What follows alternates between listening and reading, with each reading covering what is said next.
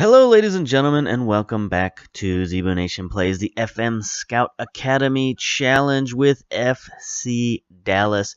And here we are, Season 8 Preseason, a spectacular, if you will. I'm going to this season split up the preseason stuff, the preseason review. I'm going to split that off from the Champions League just so that we can, focus our full attention on the Champions League when it's Champions League time. We don't have to worry about running down the roster or doing all that stuff. We'll have that information ahead of time, and everything will be all good. So, what we're going to do here is we're going to run down, all the off-season comings and goings and all the doings and what's happening. And then we're going to play a little preseason match. And then next episode will be the start of our Champions League run. Well, not the start of it. The start of it for this season. Because we already qualified for the quarterfinals thanks to last season's run in the Champions League. So this is just a continuation of that, but you should know how this works by now. We've done this a few times. So anyway, let's start off by taking a look at the schedule. And we haven't played quite as many preseason games this year as we did last year. I think I kind of overdid it last year, just trying to get a feel for how many matches we would need to get fit for the Champions League. So we took it a little easy this year in terms of number of games, but we still played a pretty decent schedule. We started off things very easy with one of our local, these semi-pro teams, the Dallas Texans. Beat them easily 4-0. Then we had a very, very challenging game. I was kind of excited to get this game because I think it shows that our stature is rising. We were able to get a home game against a Premier Division Brazilian team, FLA here. And this is such a big deal that it was actually televised, which is kind of unheard of for a preseason MLS game to be televised. I mean, there are some, I guess, if you count, the Spanish language channels and things like that, or if you count the MLS Season Pass, I suppose those could be count as televised. But for just kind of a random run-of-the-mill preseason game for an MLS squad to be televised is a pretty big deal. It's the first time I can remember seeing it, even however many seasons of MLS teams that I've played. So it's a very big deal, and we not only did we get them to schedule a game, but we actually got a draw against them. 1-1 draw, and, take a look at these guys first before we get into the match, I suppose. FLA, a very, very good Brazilian team. They've got, 4.5-star reputation, very secure finances. They're in the South American Champions League here, the Copa Sudamericana. And take a look at their general information here. Nickname Mengão. I don't know what that means in Portuguese. No idea. I'll have to look that up at some point. Year founded 1895, so they've been around a long time. That's kind of interesting to me to see that the South American teams basically adopted club football at the same time as the European teams, or around the same time, 1895. It's a long time ago, and you see a lot of European clubs who were founded around then as well. So it kind of makes me wonder, why did it take North America, or at least the United States and Canada, why did it take us 100 years to adopt club football? It's kind of weird. You look at my own team as an example, FC Dallas. Our shield bears the number 96, and it's not for 1896, it's for 1996, which is when we were founded. So it makes me wonder, why did it take so long? Is it just because of baseball? Is that the reason? Because we already had team sports, and so there wasn't that hunger to adopt soccer? Because that seems like, I don't know what was going on at that time in history in South America. Colonialism was coming to an end. for the most part. Monroe Doctrine kind of stuff was in effect, trying to clear out the Western Hemisphere of the European powers. 1895, Spanish-American War, right, going on. Teddy Roosevelt charging up San Juan Hill. And meanwhile, in Brazil, they're playing club football. So I don't know. It's just one of those interesting things that make you think historically, what's going on? Why did Brazil adopt club football that long ago? I don't know. Fun stuff to think about, but that's not really why we're here. We're here to talk preseason MLS soccer, as thrilling as history class might be. We can instead focus on a 1-1 friendly draw. View our highlights here. We'll go to the key highlights. Why not? The first half was incredibly highlight free. I believe both teams were on control, and look at that. First half gone in a flash. No highlights in the first half. Second half we amped it up a little bit. I think I went standard and a little bit more direct passing. Got a good steal here from Guevara, who I started a lot of games just to get a feel for how Guevara was going to play this year. Alcantara gets dispossessed, and I guess this counts as a highlight considering there were almost no highlights. I guess both teams were playing a little conservative here. I think they were on the road trying to build match fitness, and we were a little nervous going up against a big Brazilian club. But here's Gonçalves trying to sort of rope-a-dope our goalkeeper with that shot. Didn't work at all. To highlight Acosta, I'm not sure why he's taking the free kicks at this point. Again, we got to figure out what to do without Ulloa.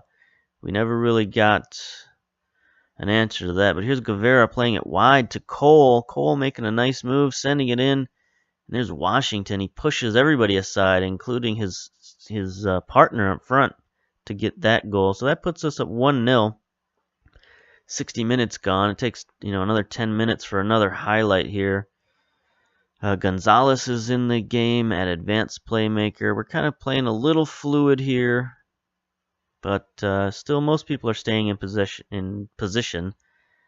But this is what the Brazilian teams are good at. They're good at dispossessing and then sending the ball downfield. There's a bad play by our defensive center back there. And then I think this play gives them a little confidence. They get it out wide on that left-hand side for them and then send it in the box. And that kind of shows them what to do against our team. So you can see the next few highlights, that's what's going to happen here.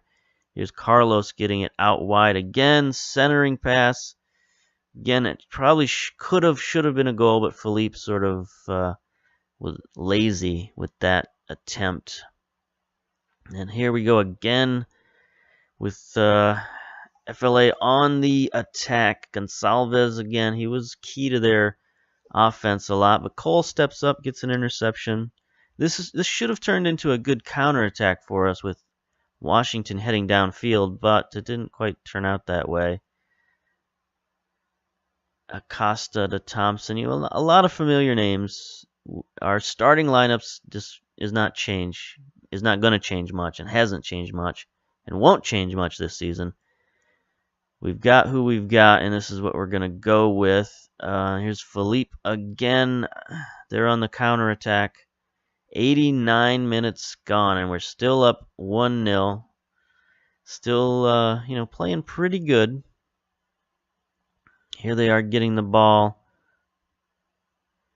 and it takes a deflected shot in the 89th minute for them to tie it up. So you can see how well we were playing. It takes a Brazilian team that long and that kind of shot to score against us. And basically the end of the game. So it was a very well played game for us. Even though we didn't really have a lot of match fitness, and probably neither did they. But still very excited about that, and that got us ready for our annual, what's becoming and is going to be an annual tour of Mexico. This year we played all second division teams. That's all the games we could get. We couldn't get any first division teams this year. I don't know if they just don't want to play us or if this wasn't a good time for them to play or what. But maybe they figured out our little scheme that we were trying to get ready for the Champions League, and they didn't want to give us that satisfaction. So we played 4 second division teams, and we handled them all easily. 5-0, 2-0, 4-0, 1-0. Didn't have a single goal scored against us, no matter who we put in goal. And even this final game that was 1-0, we played a fully rotated side, and we still controlled the match, so there's no problems there. That brings us to our final friendly of the season. We're going to play our old affiliate team, OKC Energy, just to make sure that we're fully fit before the Champions League. We got a week off. Well, we got a week between OKC and Monterey, so we should be able to get healthy, be rested, be fit, and be ready to go.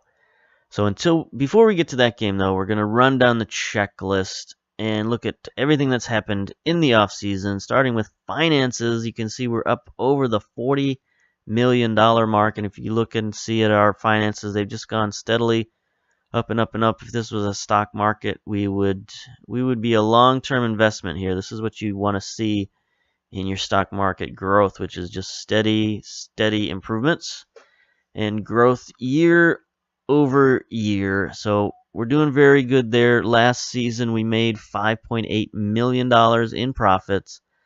We actually made 10.7 for tax purposes. So we got hit with a fairly hefty tax bill, but still managed to make a significant amount of money. This season, we got $6.7 million that we made from our various revenue sources, mostly television and sponsorship deals.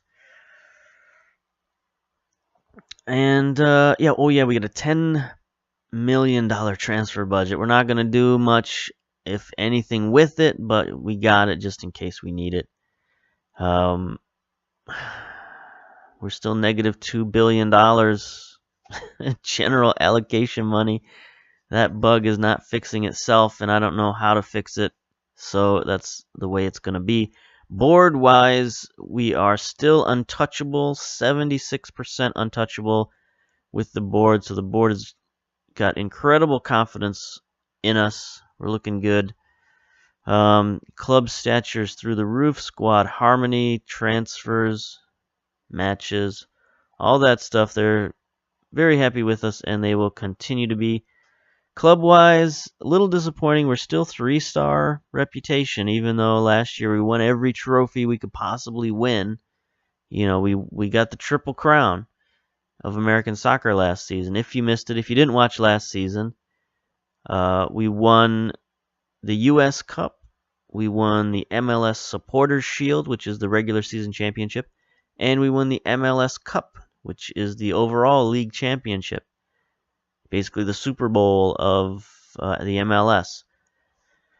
So yeah, we won all 3 of those trophies. We qualified for the next round of the Champions League, the quarterfinals, and yet we're still just a 3-star team. So it's going to take, I think, years and years of progress in this competition in order to gain an extra star. Anyway, we're going to keep plugging away at that. It's neither here nor there. Transfers. Now, this is where things get interesting. Take a look at our transfer history. A lot of action in the transfer market. I could probably spend like a whole hour dissecting what happened, but I'm not going to do that. I'm just going to try to run through it as quickly as possible. First of all, on the outgoing side of transfers, we let go a lot of young players, a lot of players who just weren't going to get any better for us. I think, including several academy players who, probably don't want to release too many of those guys, considering this is the Academy Challenge and we're supposed to be building our club through the academy. But these guys just, for the most part, weren't going to get any better. They maybe are guys who could have, been fine reserves for us, but they're just not going to get us a Champions League victory. So we got to be a little cruel and cut some of these guys. Magic Hudel, Jean-Claude Charles, John Doan, Jose Juan Valenzuela, who's a pretty decent prospect. He was actually picked up in the waiver draft for Philadelphia, So you can see he did have some kind of potential there. Then we got rid of a couple of veterans, some guys that we might regret letting go, but I didn't want to give them another contract. I didn't want to add their salary to our already growing salary base. We got rid of our 2 reserve fullbacks, Joshua Mendez on the right and Sal Bailey on the left. As you can see, Sal Bailey was picked up by Portland in the waiver draft. He's still valued at $2.4 million. He's going to be starting for them, first team for Portland, so we're going to see him again real soon. And I'm sure he'll be wanting to make us pay for letting him go and holding him back his whole career, basically. Because he wasn't a starter, he wasn't going to be. We had too many guys who were better than him, especially at that fullback position. So anyway, we probably could have kept him, could have signed him, and then traded him, got some value out of him, but I just didn't want to do that. I wasn't feeling up to it. And then of course our old man, Victor Ulloa, 30 years old. He's a guy we could have kept around. He's handy in a pinch. He can be a reserve at a lot of different positions. He was our set piece taker in a lot of places, but he wanted a new challenge and he wanted to sign with a new club, and we decided to honor his wishes and let him go. And he has not signed. Oh no, he did sign. He signed as a free transfer to New England, so he made it through the waiver draft. Maybe he wasn't eligible for the waiver draft because he was too old or something like that. But anyway, he signed with New England, so we'll probably see him again at some point also. And then finally, reserve striker Israel Bracamontes, a guy who just never was able to break into the starting lineup. And who can blame him when we have 2 of the best strikers in all of North America on our team? There's just no room for a guy like this. So we let him go. He still hasn't found a team, so if we need him in emergency, I guess we could go pick him up on a free transfer and bring him back to the club. But I don't see that happening. And the rest of these guys over here are guys we sent out on loan, and there's no real reason to talk about them. They're out on loan, smaller clubs. I will say, pro tip for if you're going to manage in the MLS and you want to send guys out on loan, FC Montreal. This is the club you need to keep in mind, FC Montreal. They're 3rd division, so it's not that great of competition, but they have the best training facilities of any team outside the MLS in North America. FC Montreal, they have excellent training facilities. So when you send guys there to play and train, they get excellent training, and the guys I send to FC Montreal always improve. So pro tip, send your dudes to FC Montreal if at all possible. Alright, so now we'll do the intakes this season, and the first thing we did this season was we cleared out our juniors. We cleared out the academy, signed 5 academy players here, starting with, there's a couple reasons why we did this. Number one is we were letting a lot of guys go, so I wanted to make sure we could bring in some fresh product, bring in some guys that we can train up. But the other reason is a lot of these guys were 17, 18 years old. They were getting ready to graduate from the academy, and they had already reached sort of their potential in terms of how far they could go by playing at the academy. Like, they had more potential to give, but most of these guys had already reached 2 stars in actual ability. And from my experience, an academy player who reaches 2 stars, get him out of there as quickly as you can, because he's not going to improve anymore playing in the academy higher than 2 stars in ability. So if you want a guy to improve, get him out of the academy as soon as he reaches 2 stars, and then start him on his professional career in a 3rd division, 2nd division, however high you can send him. If you can send him to FC Montreal, go ahead and do that. So yeah, we signed several players here. Jim Reyes is one of them. He was our number 1 prospect, at least in terms of what our scouts had originally thought of these guys. But he's a right winger, a guy we're not gonna play because we don't play right wingers. So I figured I'd sign him, send him out, see if he could get any attention, and maybe get some money for him or something like that. And the interesting thing in here with Jim Reyes is he's just been brought up to the U.S. under-20 team. So he's going to get a youth cap for him for the under-20 World Championships. So that's going to be pretty exciting for him. Hopefully that can raise his stock and raise his potential and, help us sell him off a little bit better. Then we got Makopa here. He's a complete wingback. It's an interesting fella. Now you saw that we got rid of our 2 reserve fullbacks, so we need some fullbacks. And 17 years old. He's got some interesting stats. I like this guy. He's very fast. He's an attacking fullback, which you don't see many of these guys. But he's much more comfortable in the wingback role, so I'm training him up as a fullback, and hopefully he had a very good offseason, very good preseason, I should say.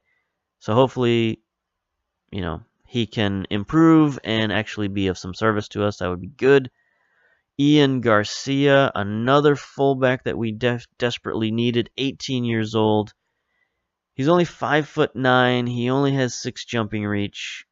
But he was another one of our top prospects. So he was another guy, 18 years old. I figured I'd sign him, see if I could get anybody to bite on this guy and give us some money for him.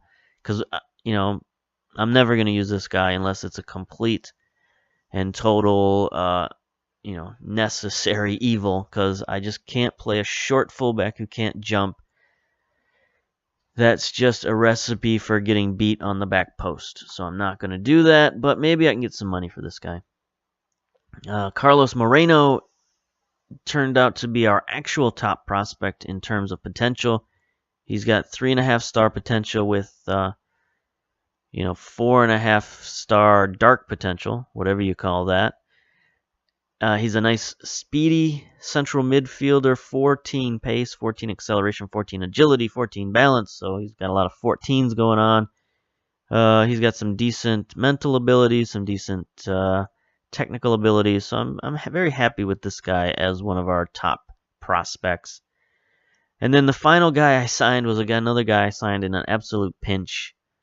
Martin Ngo, 16-year-old Filipino prospect from our academy, but he's a 5'7" central defender with only 7 jumping reach.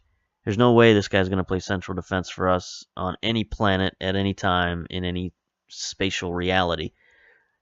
But I needed him. We had some injuries in the preseason, and I needed a central defender, and he was there, so I signed him up. He's a pretty good prospect in terms of he's a 3-star in potential with a 4th dark star, but not going to play for us central defense. So what I'm doing now that I don't need him as a reserve central defender, I'm training him up as a defensive midfielder because he could definitely play defensive midfielder. He's got good enough pace to play defensive midfielder. He's got a lot of good mental qualities to play defensive midfielder. His marking is outstanding for a 16-year-old. So we'll get some use out of him as a defensive midfielder, hopefully, and it won't be a complete loss. Now that brings us to the MLS Superdraft, which is the other way that we acquire players during this competition here. We're not allowed to bring in transfers. We're not allowed to, bring in anybody who wasn't trained at the team, with the exception of the MLS Superdraft, because that's essentially the under-23 intake for the entire league. So, kind of an exception there.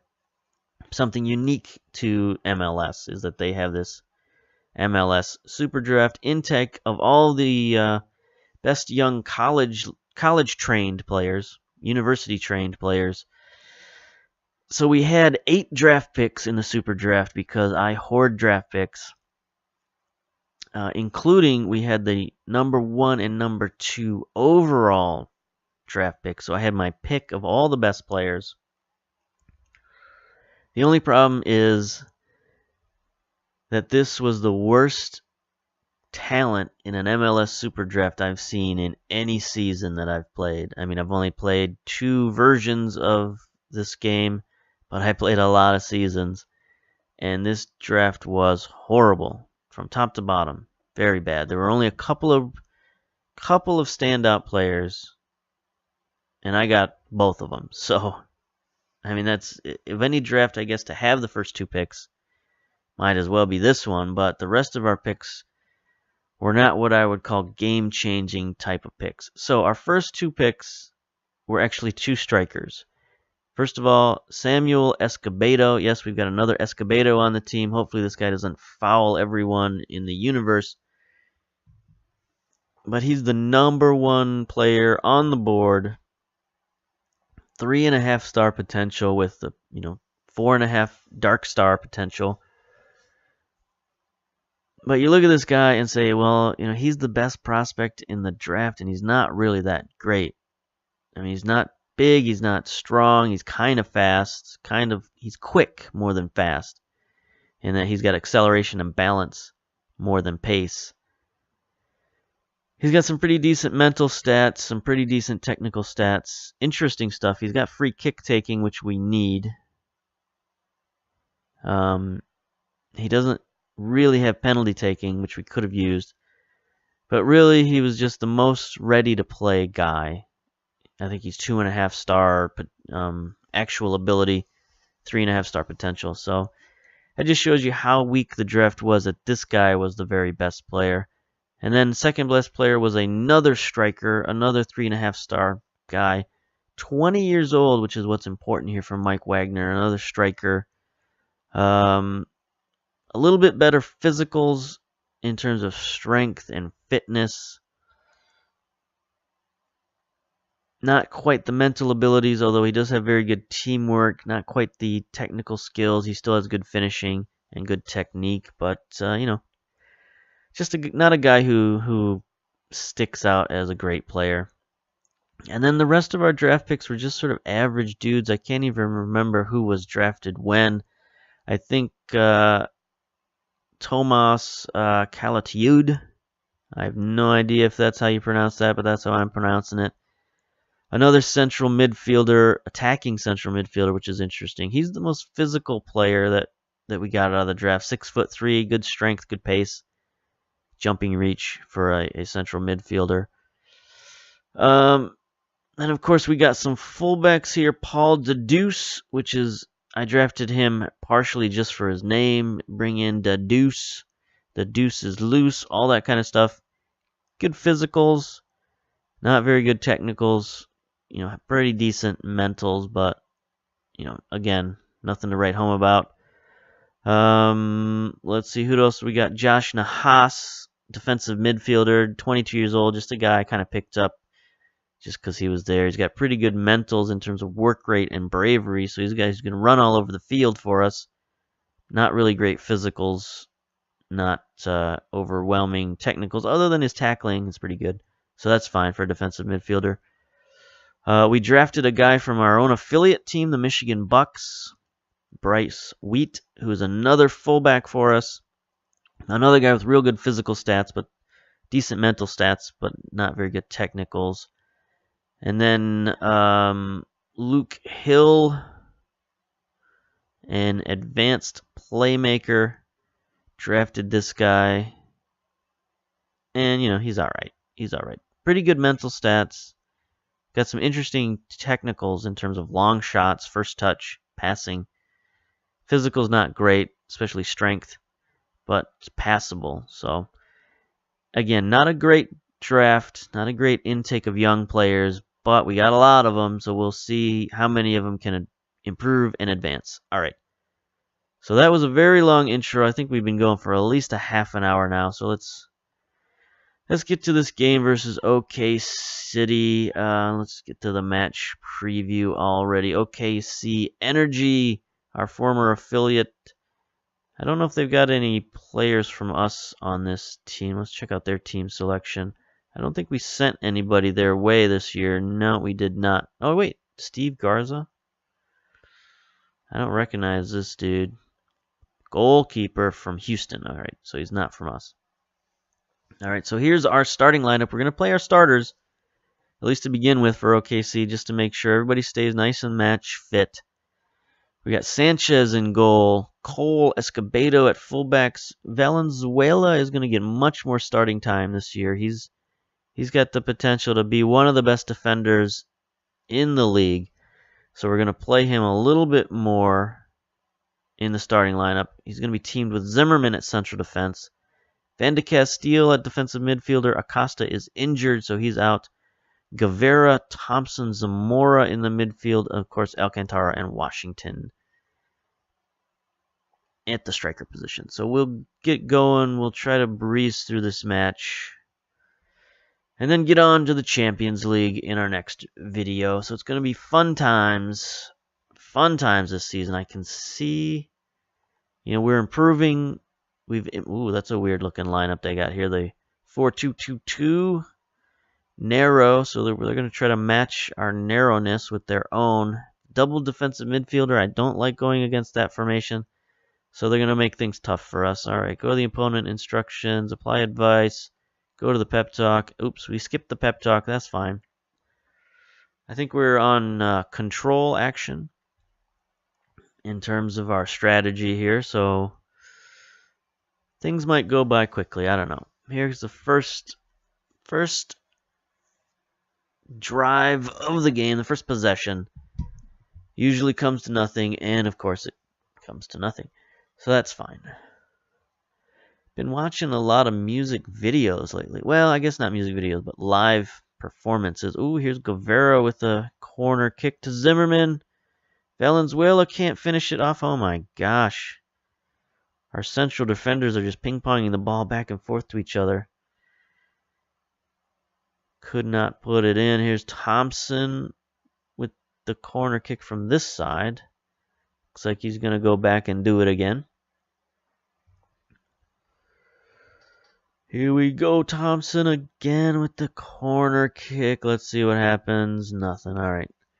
Guevara's going to chase it down, send it back into the box. Let's see if we can reset the offense a little bit. Nope. We're just going to fire it back in. I'd like to see our guys be a little more patient. I mean, the FM, I don't know if it's just an FM thing or if it's our players. They just don't reset the offense very well after a set piece like that. So anyway, last weekend I watched Coachella. A lot of interesting bands there. I don't know if I should say a lot of good bands. A lot of interesting bands, a lot of West Coast flavor.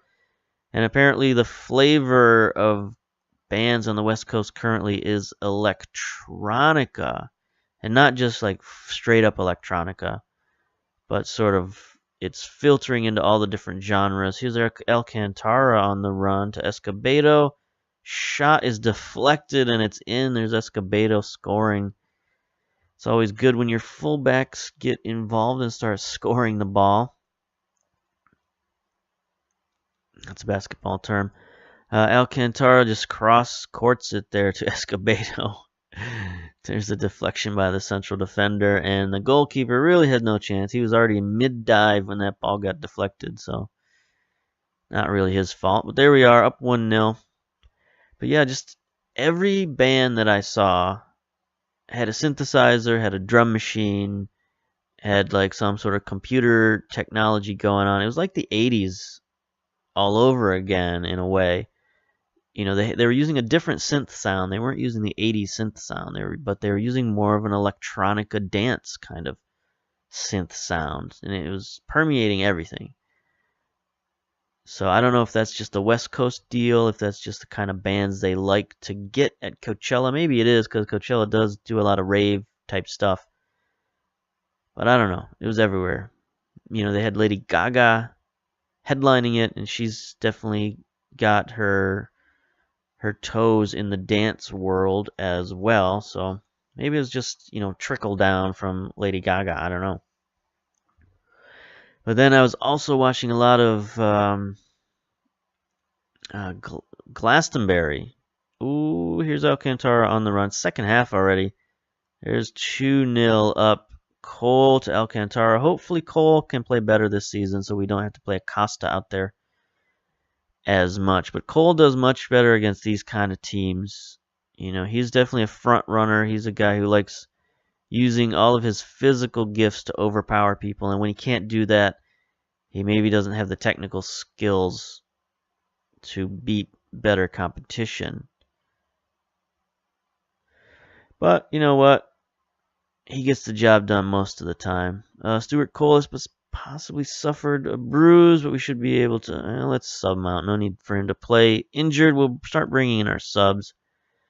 At this point, Zamora. Bring him out for Gonzalez. I think we can probably get our strikers out of there. There's no reason to risk those guys at this point. Bring out Washington.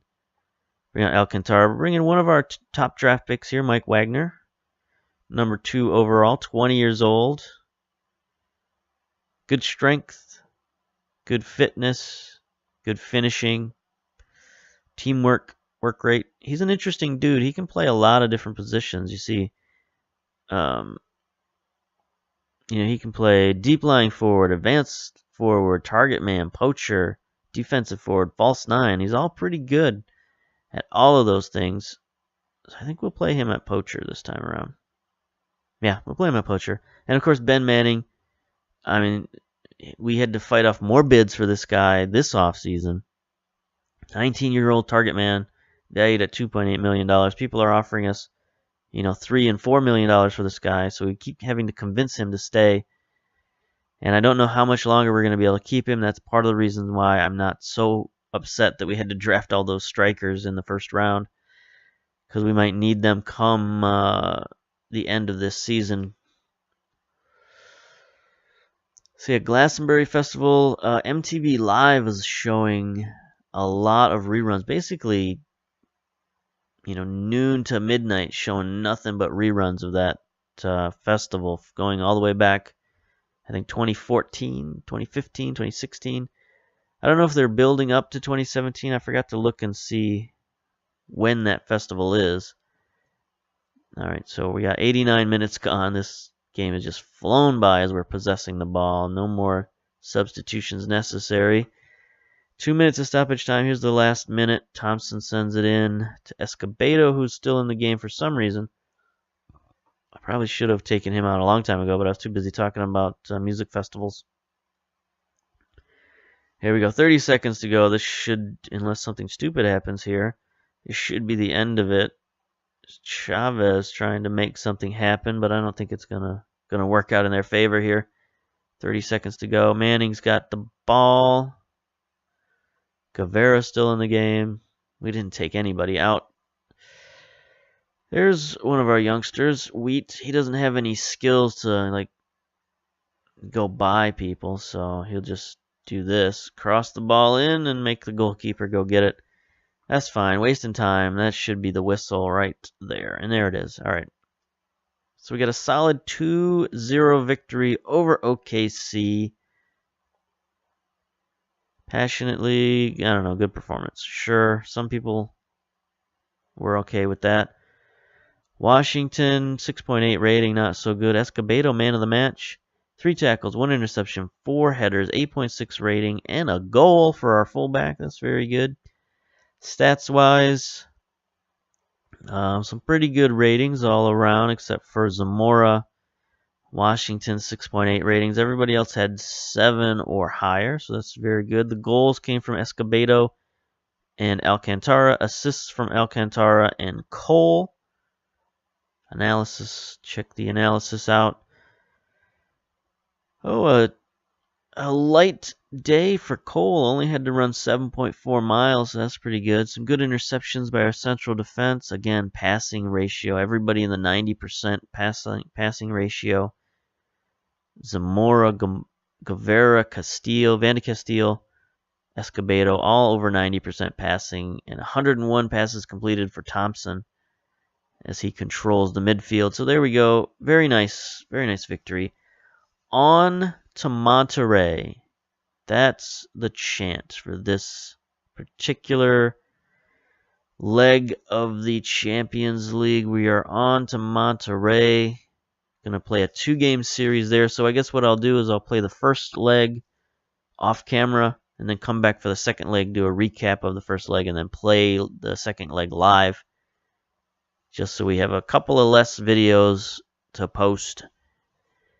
and give you more bang for your buck per video. So we'll come back with that in our next video. So until then, we shall see you later. Bye-bye.